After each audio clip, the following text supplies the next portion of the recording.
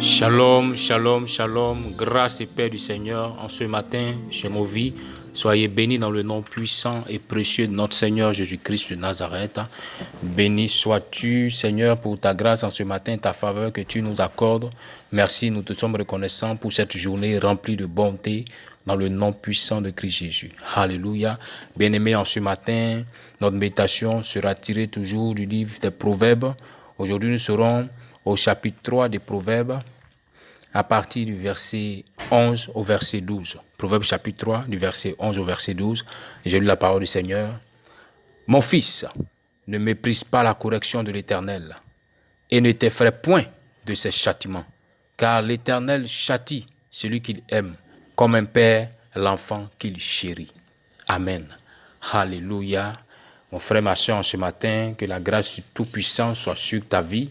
Et comprends ce message de Salomon. Il dit, le plus important, c'est de ne pas mépriser la correction de l'Éternel. Oui, il insiste là-dessus, ne méprise pas la correction que l'Éternel a eu à t'apporter. Il y a eu des moments où tout enfant de Dieu a expérimenté une correction de la part de l'Éternel. Il y a eu un temps où certainement tu as dû passer par une correction de la part de l'Éternel. Mais ce qui fera que cette correction va revenir encore dans ta vie, c'est si tu la méprises. Car à chaque fois que l'Éternel pose un acte dans la vie d'un enfant de Dieu, que l'Éternel permet un châtiment dans la vie d'un enfant de Dieu, il faudrait que cet enfant tire conclusion, tire en résumé, prenne conseil de ce qu'il a eu à faire, de qu'est-ce qui a permis que l'Éternel lui accorde cela, ce châtiment. Qu'est-ce qu'il a fait? Quelle action il a posée? Pourquoi est-ce que l'Éternel s'est fâché contre lui? Alléluia. C'était le cas de David.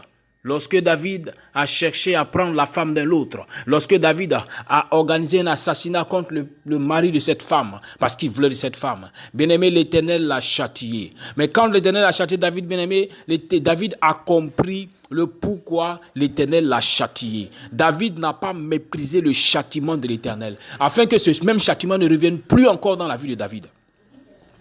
Mais aujourd'hui, nous constatons que le même châtiment revient à chaque fois dans la vie des enfants de Dieu. Pourquoi? Parce qu'ils ont méprisé la correction. Bien-aimé, c'est comme à l'école. Tu as fait des exercices, tu n'as pas compris. Le professeur, le maître est venu te montrer comment est-ce que il t'a montré la correction. Mais tu dois bien retenir cette correction pour ne pas mépriser ces choses, afin que demain tu ne puisses plus encore faire ces erreurs. Qu'en est-il pour toi en ce matin, mon frère? Qu'en est-il pour toi en ce matin, ma soeur? Est-ce que tu n'as pas toujours méprisé la correction éternelle? L'Éternel t'a interpellé à plusieurs reprises. Je ne veux pas que tu sois dans cette condition. Ma fille, je ne veux plus que tu continues dans cette relation. Mais tu t'entêtes, tu te caches, tu continues. Et tu t'étonnes que le châtiment éternel continue de te frapper. Souvent l'Éternel dit, mon fils, arrête de faire ces choses. Il t'interpelle une fois, il te châtie pour que tu arrêtes. Tu dis, Seigneur, j'ai compris. Mais en fait, tu prends congé de ces choses parce que tu reviendras les faire encore. Comment est-ce que tu veux que ta vie évolue? Comment est-ce que tu veux que l'Éternel continue avec toi? Lis bien ta Bible. Toutes ces personnes avec qui l'Éternel a poursuivi le chemin, ce sont des personnes qui n'ont pas méprisé ce châtiment. À chaque fois que l'Éternel les a châtiés, ils sont revenus, ils sont repentis, ils ont réparé ce qui était gâté et ils ont continué le chemin avec l'Éternel. La Bible dit que l'Éternel ne châtie pas n'importe qui, mais il châtie toujours celui qu'il aime. Si l'Éternel t'a châtié, c'est parce qu'il t'aime. Parce qu'il veut te voir changer. L'Éternel t'a châtié parce qu'il t'aime. Parce qu'il ne veut pas que cette situation, ce problème, ce péché dans lequel tu es puisse demain te causer encore de plus graves ennuis. C'est pourquoi dès maintenant, il commence à te châtier pour que tu arrêtes ces choses. Mais tu t'entêtes. Pour toi, tu prends un repos et tu reviens encore là-dessus. Tu reviens encore là-dessus. Et tu t'étonnes que le châtiment continue. Mais écoutez, tant que vous serez dans cette posture, le châtiment va continuer toujours dans vos vies. Tant que vous serez toujours dans cette attitude, l'attitude du Seigneur ne changera pas vis-à-vis de vous. Car Salomon le dit, on ne se moque pas de Dieu. Ce qu'un homme aura sémé, il le moissonnera. Mon frère, ma soeur, tu ne peux pas te moquer de Dieu. Tu peux te moquer des hommes en leur cachant ce que tu fais. Tu peux te moquer des hommes en faisant semblant d'écouter ce qu'on te donne comme conseil et en retour faire ce que tu veux. Mais une chose est sûre et certaine, parce que tu sèmes cette moquerie, tu vas récolter cette moquerie. Parce que tu sèmes cette ironie, tu vas récolter cette ironie vis-à-vis des hommes. Car l'Éternel sera toujours là pour te châtier parce qu'il t'aime. Oui, le Tout-Puissant sera toujours là pour te châtier, pour te ramener sur le droit chemin parce qu'il t'aime. C'est à cause de cet amour qu'il va toujours te châtier. La Bible dit que Dieu a dit que David était l'homme selon son cœur, mais Dieu a châtié David pour le ramener sur le chemin d'être l'homme selon son cœur. Parce que s'il sort de ce chemin, il n'est plus l'homme selon son cœur. Alors le Seigneur le châtie pour le ramener. C'est pourquoi David reconnaît cela. Et David enseigne pour dire, ta houlette et ton bâton me rassurent. Alléluia. Souvent, il faut que le bâton du Seigneur vienne pour rassurer que l'Éternel t'aime véritablement.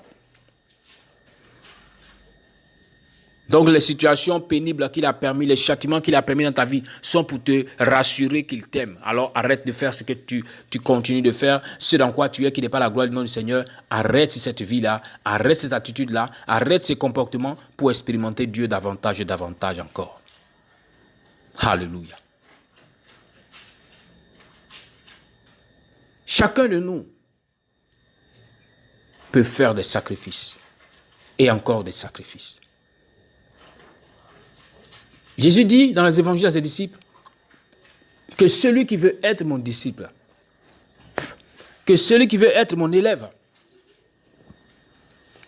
que celui qui veut être mon stagiaire, prenne sa croix et me suive. Mon frère, ma soeur, ce matin, je viens te rappeler que tu dois porter ta croix pour suivre le Christ. La croix n'est pas facile à porter. Car nous remarquons sur le chemin de Golgotha que le poids de la croix de Christ était tellement qu'il a fallu que les soldats prennent Simon de Cyrène pour venir l'aider à porter sa croix. Pour ce qui te concerne, cette attitude, ce comportement de péché est tellement difficile pour toi pour que tu te détaches. Mais en ce matin, le Seigneur dit, porte ta croix.